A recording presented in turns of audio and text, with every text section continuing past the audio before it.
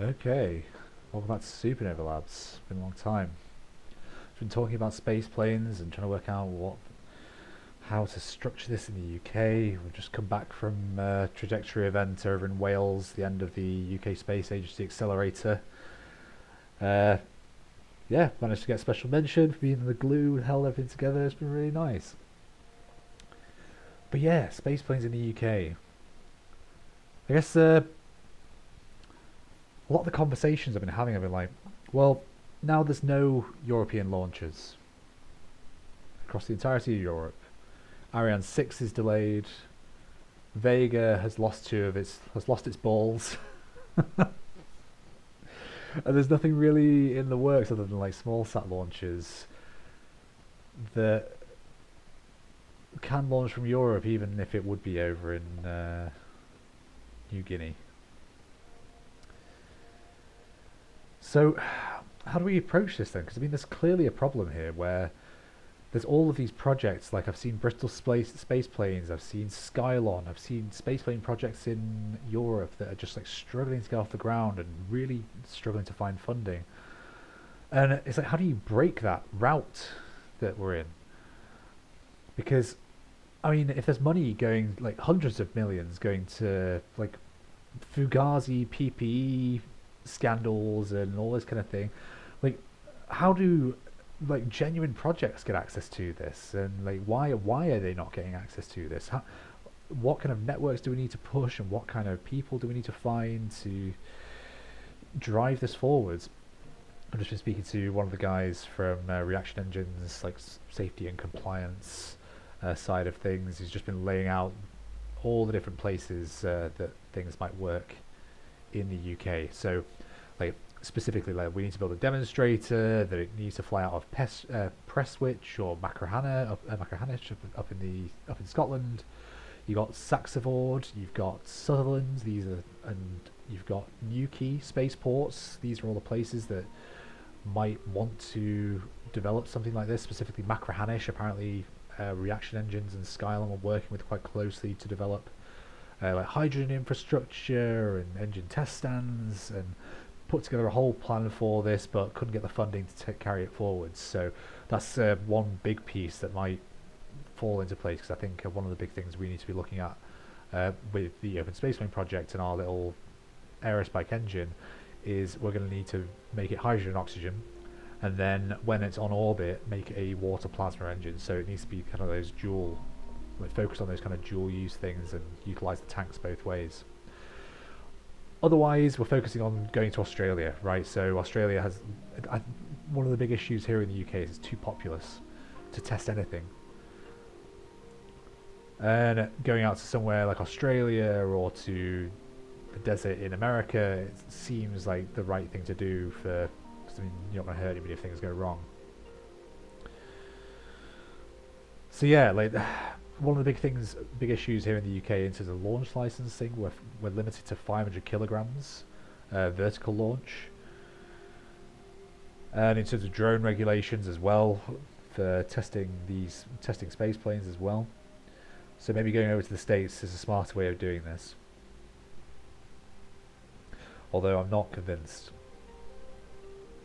because there's all the work we were looking at up in Preston and Rotherham for the advanced manufacturing work that goes into our jets, and how do you transition the people that work on jets to working on space planes and start developing clusters here in the Northwest. So we're speaking to the Northwest Aerospace Alliance and to the Northwest Space Cluster to try and map out all these capabilities that have been sitting latent here in the Northwest and around the rest of the UK.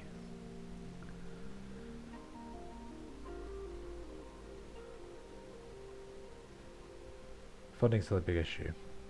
Funding is still a big issue. I think one of the big things I've realised speaking to people in industry and over the years speaking to all of the VC companies and all the like kind of money people here in England is that it's just not going to happen via the UK. And any of the major projects that I've seen that are backed by UK government money now started with American VC companies, and it's basically all been foreign direct investment to the UK. So So that's going to have to be our primary approach. Or I go over to the States. I'm still kind of, the jury's out whether I go to Silicon Valley. I'm getting pretty tired of being here in the UK and just really struggling to get going with this. I think there's definitely more fertile ground afar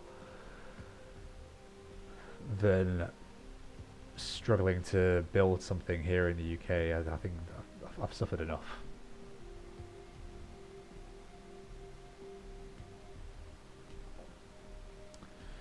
So yeah, in terms of a mission profile, I think something that's fallen out over the past few weeks for the space plane is that we're not focusing on single stage to orbit. I think it's just ridiculous to even try.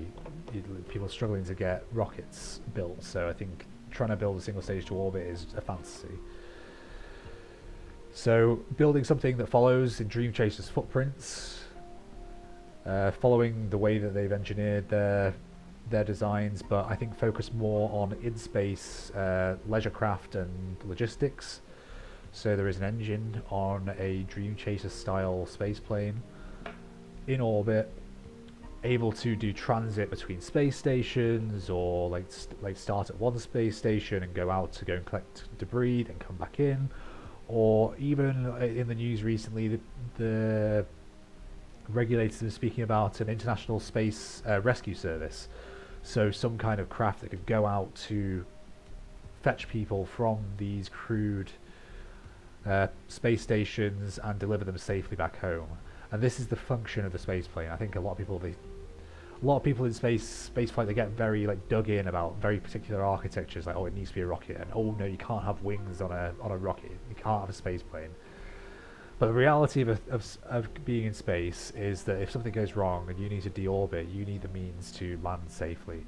And that is why putting wings on our space plane is ultimately the decision, because we want to be at a point where we can go anywhere in orbit, and if something goes wrong, safely deorbit and land at an airport. Because that is ultimately what is going to define human spaceflight and how it's de-risked enough to become, one, viable, and two, safe enough for the regulators to happen.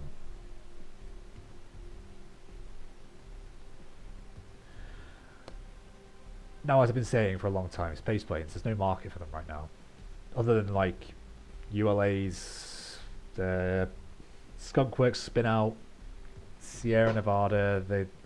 They've got they're testing and they're trying to demonstrate space planes can work. There's no real market for it other than the US.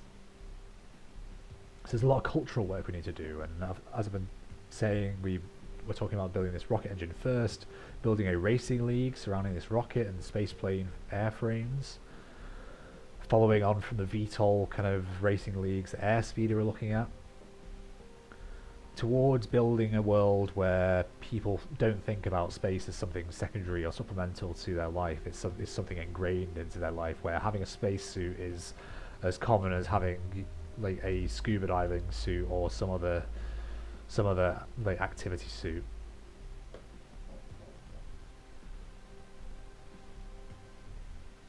And then offer the training to get people up there. So Supernova Labs can be a one-stop shop for getting to space.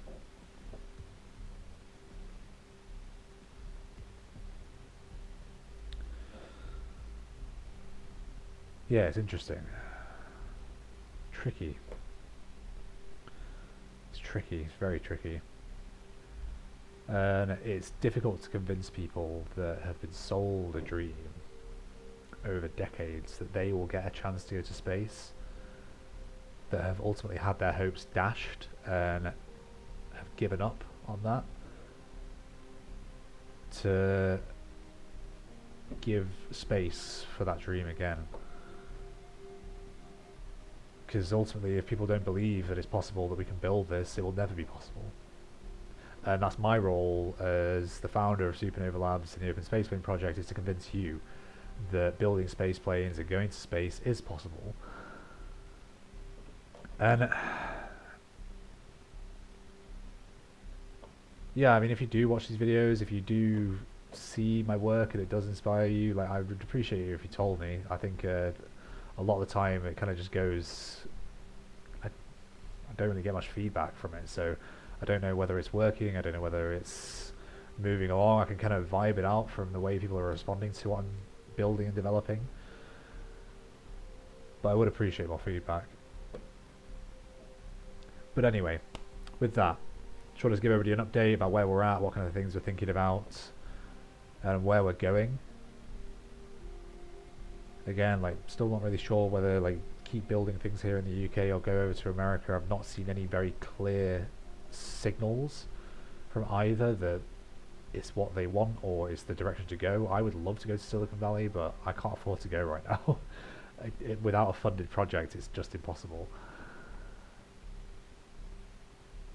So with that, looking forward to the future. Let's see what happens.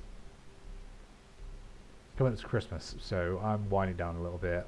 I'm quite tired after this accelerator, and I think, to be honest, I need a couple of months rest.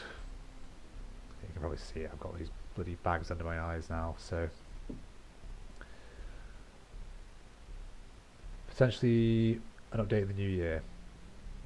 But again, I'm not going to commit to wasting your time if I've got nothing to say. So, have a wonderful day. Hope you enjoy your weekend and enjoy the holidays. Speak to you soon.